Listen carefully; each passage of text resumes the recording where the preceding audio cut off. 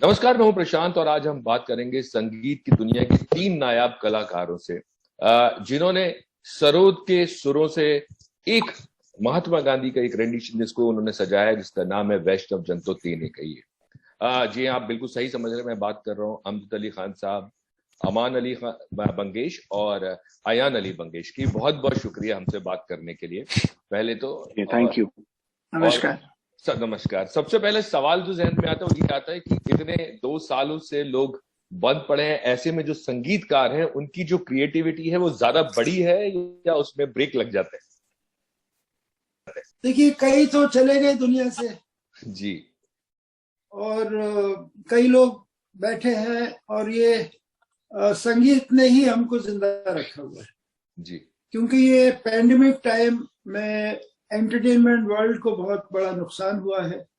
इस सारे हालात में जो मेरे लिए बहुत खुशी की बात है कि मेरे ग्रैंड चिल्ड्रन सरोद बजाने लग गए। वाह, क्या बात है।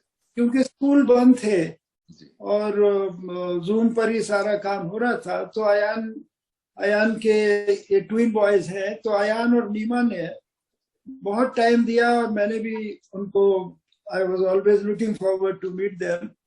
तो वो अगर उनका स्कूल चालू रहता तो शायद सरोद बजाना मुश्किल पड़ जाता। तो मेरे लिए बहुत बड़ी खुशी की बात है कि वो मेरे साथ बजाते हैं और सभी से सीख रहे हैं। अमान भी सिखाते हैं, अयान भी सिखाते हैं, अबीर और जुहान, दे आर अबाउट 9 और 10 और काफी इन्वॉल्वमेंट बढ़ता जा रहा है। अयान और अमान के लिए भी अच्छी बात ये रही होगी कि परिवार के साथ ज्यादा वक्त बिताने का मौका मिला। बिल्कुल बिल्कुल जी बिल्कुल, जी बिल्कुल, that's very true.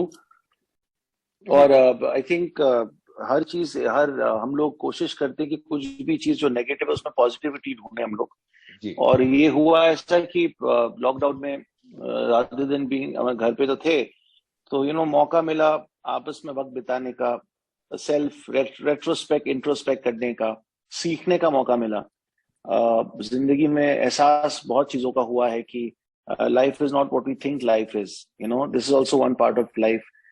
So I think it was a learning process and gratitude है, शुक्राना है और अच्छी संगत मिली और that is very important. So it went out very well. वैष्णव जन की अगर हम बात करें तो आपने यही गाना तो मैं नहीं बोलूंगा, भजन कहूंगा इसको। इसी भजन को आपने क्यों चुना सरोद के जरिए संगीत में उतारने के लिए? जाहिर सी बात है, कभी भी जब 15 अगस्त की बात करें या गणतंत्र दिवस की बात करें, इस तरह के जो भजन है या जो देश प्रेम के गाने हैं उनकी चर्चा होती है या उनको दोबारा बनाया जाता है। तो आपके लिए क्या वजह रही इसे चुनने की? देखिए, सबसे बड़ी वजह मेरा सौभाग्य है कि मुझे इम्पोर्टेंट मौकों पर, वो महात्मा गांधी का वक्त या नेहरू जी का, जवाहरलाल नेहरू जी का हो, या किसी भी हमारे जो फ्रीडम फाइटर्स थे, उनसे हमें बहुत इज्जत है, बहुत प्यार है।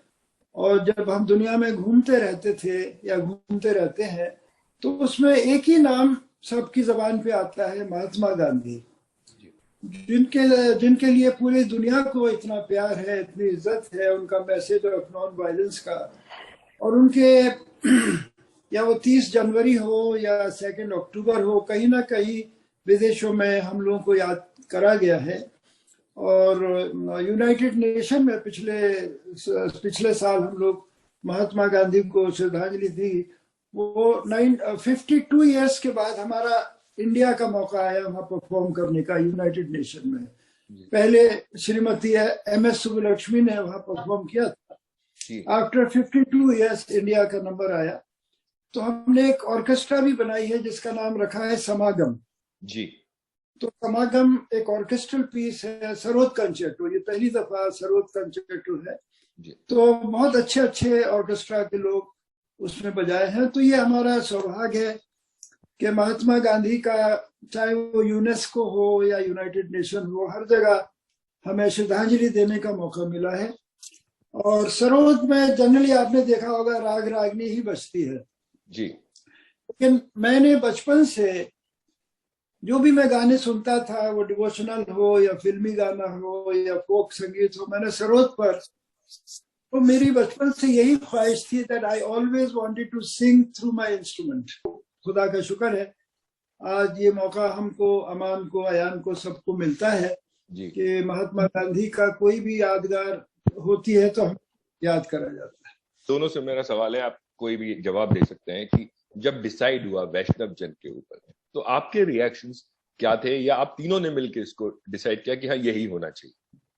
ये जो साल है, चाहे गणतंत्र दिवस हो या स्वतंत्र दिवस जो आएगा, हर तरफ से बहुत ही खास एक मौका है, क्योंकि ये हम आजादी के 75 साल मना रहे हैं और आजादी का अमृत महोत्सव ऑलरेडी हम 75 हफ्तों से ऑलरेडी मना रहे हैं। तो जब रिपब्लिक डे वाज अप्रोचिंग, अभी कॉन्सर्ट्स दोबारा शुरू हुए ही थे कि फिर रुक गए, तो इसलिए एज म्यूजिशियंस हम लोग थैंक्स टू टेक्नोलॉजी कि स्टूडियोज के जरिए या ईमेल फाइल्स आगे पीछे हो सकते हैं आजकल, तो उस सब के जरिए काफी प्रोजेक्ट दुनिया भर में अभी हो रहे हैं। तो ये ज्यादा सोचने की जरूरत नहीं पड़ी, क्योंकि वैष्णव जन तो ऐसा एक ऐसा भजन है जो गांधी जी का मनप्रिय तो था ही, लेकिन I think her Hindustani relates with it, एक इमोशनल कोशेंट जागृत कर ही देता है। ऐसा कॉम्पोजिशन है, ऐसे सुर लगते हैं।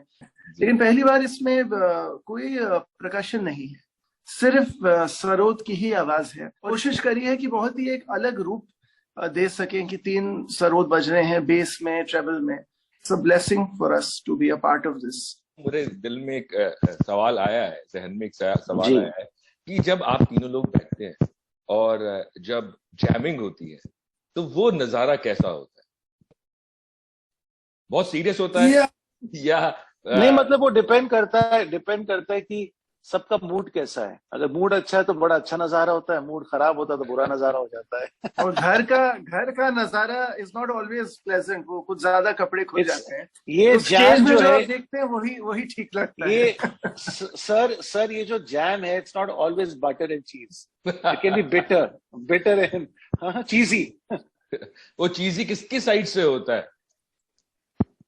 नहीं, मतलब ऑब्वियसली आयान भाई मेरी साइड से ही होगा, बिकॉज पिताजी तो I mean he is way above everything, but जो गलतियां होती है हमारे आयान और मुझसे ही होती हैं शायद थोड़ी बहुत। अच्छा। लेकिन आई थिंक अब्बास साहब की यही कोशिश हमेशा रही है और आज भी रहती है कि collectively as a family we see the overall picture that collectively it should look lovely, it should sound wonderful. तो अगर कोई प्रोजेक्ट होता है, उनकी बदौलत हमें बहुत अपॉर्चुनिटीज उनके साथ मिलते हैं, तो इसलिए कलेक्टिवली आई मीन वो सबकी सुनते हैं। ये नहीं कि उनको लगता है मैं उस्ताद हूँ, मैं गुरु हूँ तो आपकी नहीं सुनूंगा। वो आज भी अपने आप को री इन्वेंट करते हैं and he is open to suggestions and ideas. तो ये आज भी वो कहते हैं वो स्टूडेंट है, तो हम तो अभी पैदा ही नहीं हुए टेक्निकली। जी खान साहब शायद कुछ कह रहे हैं। जी मैं ये कह रहा था कि आज हम दुनिया में 21st सेंचुरी में उसको आ गए हैं और उसको सेलिब्रेट कर रहे हैं। लेकिन अफसोस इसी बात का है कि आज भी हम एक दूसरे को मजहब के लिए एक दूसरे को मारने की कोशिश में हैं ऑल ओवर द वर्ल्ड। वो रेशियल प्रॉब्लम खत्म नहीं हुई, ब्लैक लाइव्स मैटर। तो म्यूजिक का एक बहुत बड़ा मैसेज है कि भाई it's a precious gift of God. Music has connected world. हमारे देश में कहते हैं स्वर ही ईश्वर है जी, क्योंकि music does not belong to any religion, like flowers, air, water, fire, colours. और हमारे देश का जो कैरेक्टर है वो neighbouring countries can not understand कि मुझे बचपन से जो हिंदुस्तान में प्यार मिला है, हिंदुस्तान के लोगों ने वो किसी भी प्रांत में हो मुझे नर्चर करा, मुझे इनकरेज करा। स्कूल के वक्त में ये फिल्मी गाने जो बजते थे चारों तरफ लाउड स्पीकर्स के ऊपर, कम सितंबर एक बहुत पॉपुलर गाना बन गया था। जी जी जी, जो हालांकि था तो इंग्लिश वो, लेकिन ब्याह शादियों में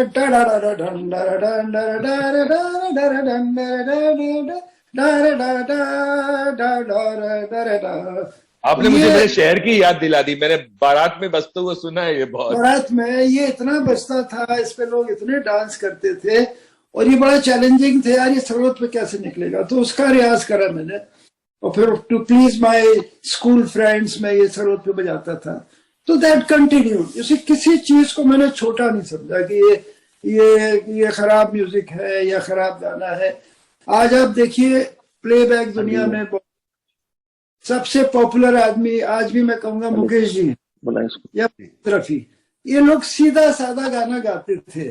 और नहीं, जैसे अभी अमान या अयान कह रहे थे कि गानों में इतना ज्यादा, गजल में आप देखते हैं ऑर्नामेंटेशन और ताने और गमक और तिहाई, तो वो लिरिक्स की वैल्यू ही खत्म हो जाती है, वो उसकी जो शायरी है और शायरी उसमें खत्म हो जाता है जी।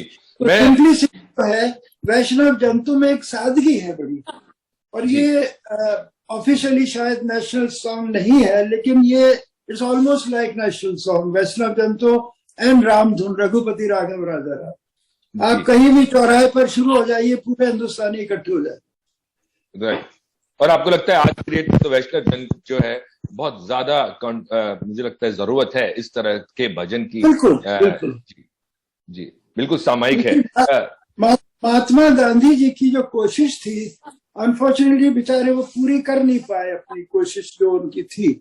और लेकिन पूरे दुनिया में उनका ये मैसेज पहुंच गया कि भाई ये एकता की वैल्यू को समझो, समर्पण को समझो, प्यार मोहब्बत को समझो। नॉन वायलेंस का जो उनका मैसेज था वो दुनिया में पहुंच गया है, लेकिन अपने देश में शायद पूरी तरह से नहीं पहुंच पाया। जी। इससे पहले मैं ये जो भजन जो आपने सरोद पे जो बजाया है, पैनोरमा म्यूजिक ने इसको, रिकॉर्ड्स ने इसको निकाला है, मैं उसमें एक सवाल मैं ये जानता हूँ कि कितना मुश्किल होता है आज की डेट में जहां हर रोज नए सिंगल्स निकल रहे हैं।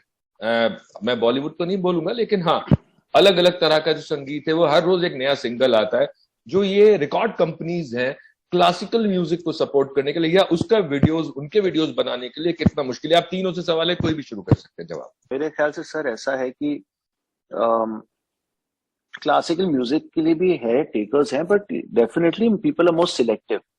आप जैसे जिक्र बॉलीवुड का कर रहे थे, जो भांगड़ा पॉप है, उसमें भी आप देखिए तो गिनती के वही 4-5 सिंगर्स हैं जिनके बार बार निकल रहे हैं। ऐसा नहीं कि 50 सिंगर्स के निकल रहे हैं, 50 बॉलीवुड में जो 1000 सिंगर्स जो बैठे हैं बेचारे, उनके नहीं निकल रहे रोज। वही game is circulated with in 5-6 people, game वही खेल रहे हैं। End of the day unfortunately classical music बहुत अच्छा म्यूजिक है, बहुत अच्छा म्यूजिक है, but most of the classical musicians unfortunately feel it's the most superior form of music. See, I feel sir कि music है, उसमें कोई superior या कोई कुछ नहीं है। One of the main reason for the downfall of Indian classical music has because everybody feels our music is very superior to Bollywood and Bhangra and this. तो वो जो एक ईगो आ जाता है, उससे म्यूजिक का डाउनफॉल शुरू हो जाता है जी, मेरे हिसाब से। और I feel Indian classical music में भी आज अगर आप कुछ नाम ले म्यूजिशियंस के, राशिद खान साहब, एक एग्जाम्पल ले रहा हूँ, उनके तो हर महीने कुछ ना कुछ आते ही रहते हैं बार बार। हाँ जी, बाकी 10 के नहीं आ रहे शायद। तो कहने का मतलब अनफॉर्चुनेटली आई एम सॉरी ये कहना पड़ रहा है कि ऑडियंस हैव देयर फेवरेट्स, चाहे सितार हो, तबला हो, गाना हो, ये हो, वो हो, सरंगी हो, शनाई। ऐसा नहीं कि शनाई बहुत, आई एम सॉरी अब्बा के सामने ज्यादा ही बोल रहा हूं मैं, लेकिन ऐसा नहीं कि शनाई में नहीं थे लोग, बट दुनिया ने बिस्मिल्लाह खान साहब को पकड़ा जी। गाने में ऐसे नहीं थे, लोग नहीं थे, लेकिन इंडिया ने पंडित भीमसेन जोशी जी को प्यार ज्यादा किया। So it is luck oriented sir, honestly speaking. और बॉम्बे में भी आप देखिए फिल्म इंडस्ट्री की, जो आपने भी जिक्र किया म्यूजिक इंडस्ट्री की, उसमें भी गिने चुने 5-6 में गेम चल रही है। ये नहीं कि वो 25वां 30वां का रोज आ रहा है, राइट, वो हमें लगता है, लेकिन ऐसा नहीं है। बट क्लासिकल म्यूजिशियंस के भी आते हैं, but again what is the sponsor wanting, what is the sellability? Unfortunately that's the bitter truth sir. I think अभी labels are doing a very good job, because ये चैलेंजिंग समय है। पहले क्या होता था कि कलाकारों के पास प्लेटफॉर्म्स खुद के नहीं थे टू पोस्ट देयर वर्क।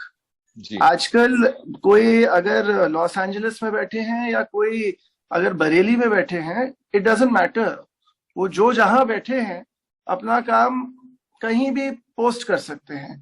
तो लेबल्स के ज्यादा प्रेशर आया है कि पैरेलली सोशल मीडिया चल रहा है, उन्हें लेबल चलाना है, an artist can even release their work directly. In spite of that, I mean labels are around and they are doing a good job, और बहुत नए टैलेंट को आज भी लेबल्स आर प्रेजेंटिंग, और क्लासिकल म्यूजिक को भी एक नया रूप देने की कोशिश की जा रही है। बिकॉज पहले आप, अगर आपको याद हो, बहुत पहले 3-3 मिनट के ही शॉर्ट पीसेस होते थे सारे दिग्गजों के। फिर एक वो फेज आया कि 2-2, 3-3 घंटे एक पीस चलता गया। But now labels again are wanting concised pieces. आजकल तो 30 सेकंड के भी ट्रैक बन रहे हैं, मतलब ह्यूमन अटेंशन स्पैन इतना कम हो गया है। So that's why you have to look at quality and not quantity. तो it's का जमाना है, म्यूजिक भी शॉर्ट हो गया है। करेक्ट, सब कुछ। जी, जाते जाते मैं आखिरी चीज पूछना चाहूंगा कि जब भी क्लासिकल म्यूजिक की बात होती है तो लोगों को अक्सर ऐसा लगता है कि जो क्लासिकल म्यूजिशियंस हैं या जो क्लासिकल संगीत से जुड़े लोग हैं वो बहुत ही सीरियस और संजीदा किस्म के लोग हैं, और शायद वो फिल्मी गाने या जो ये मैं बोलता हूं कि पॉपुलर म्यूजिक शायद वो ना सुनते हो। तो अगर मैं आपसे जानना चाहूं, आजकल के संगीत में कौन सा आपका ऐसा गाना हो जो क्लासिकल से अलग और जो आप पसंद करते हो या गुनगुनाते हो?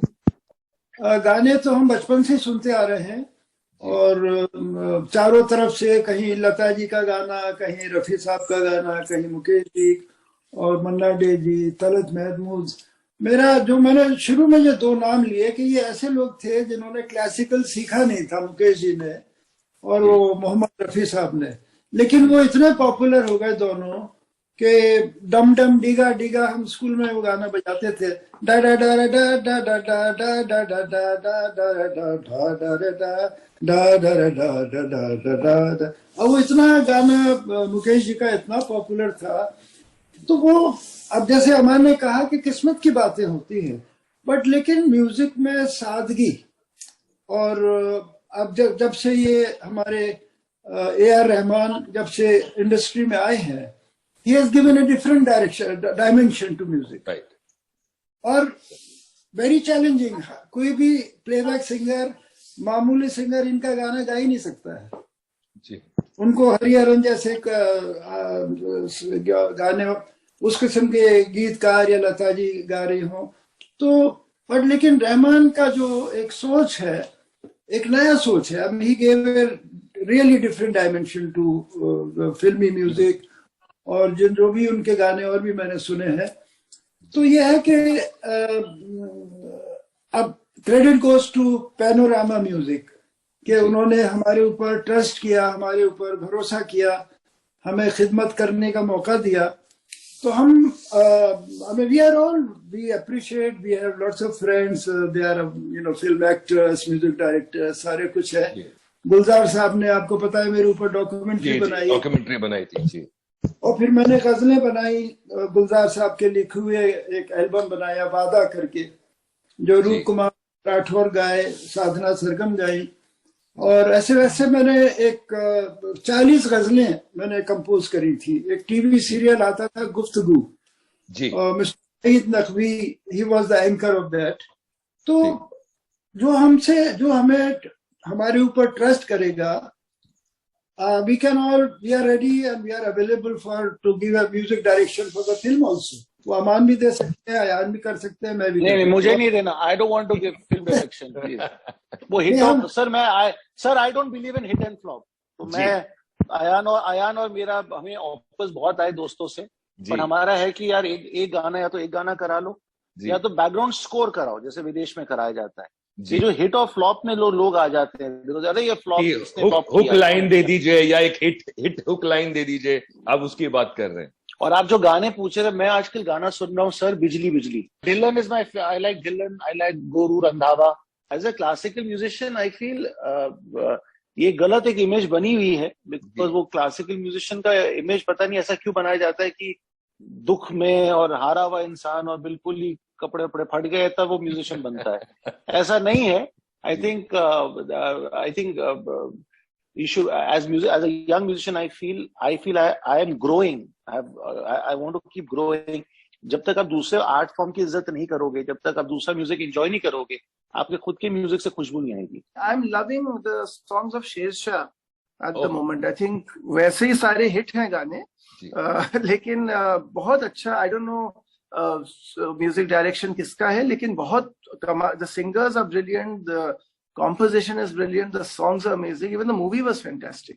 ये जो रेंडिशन है वैष्णव जन का, ये भी जो है वो 3 मिनट के आसपास का है, और मुझे लगता है कि ये लोग इसको देखेंगे भी और सुनेंगे भी, और जितने भी प्लेटफॉर्म्स हैं जो सुनने वाले हैं उन पर भी ये जाए, लोग इसको देखें और एंजॉय करें। जी, बहुत बहुत शुक्रिया।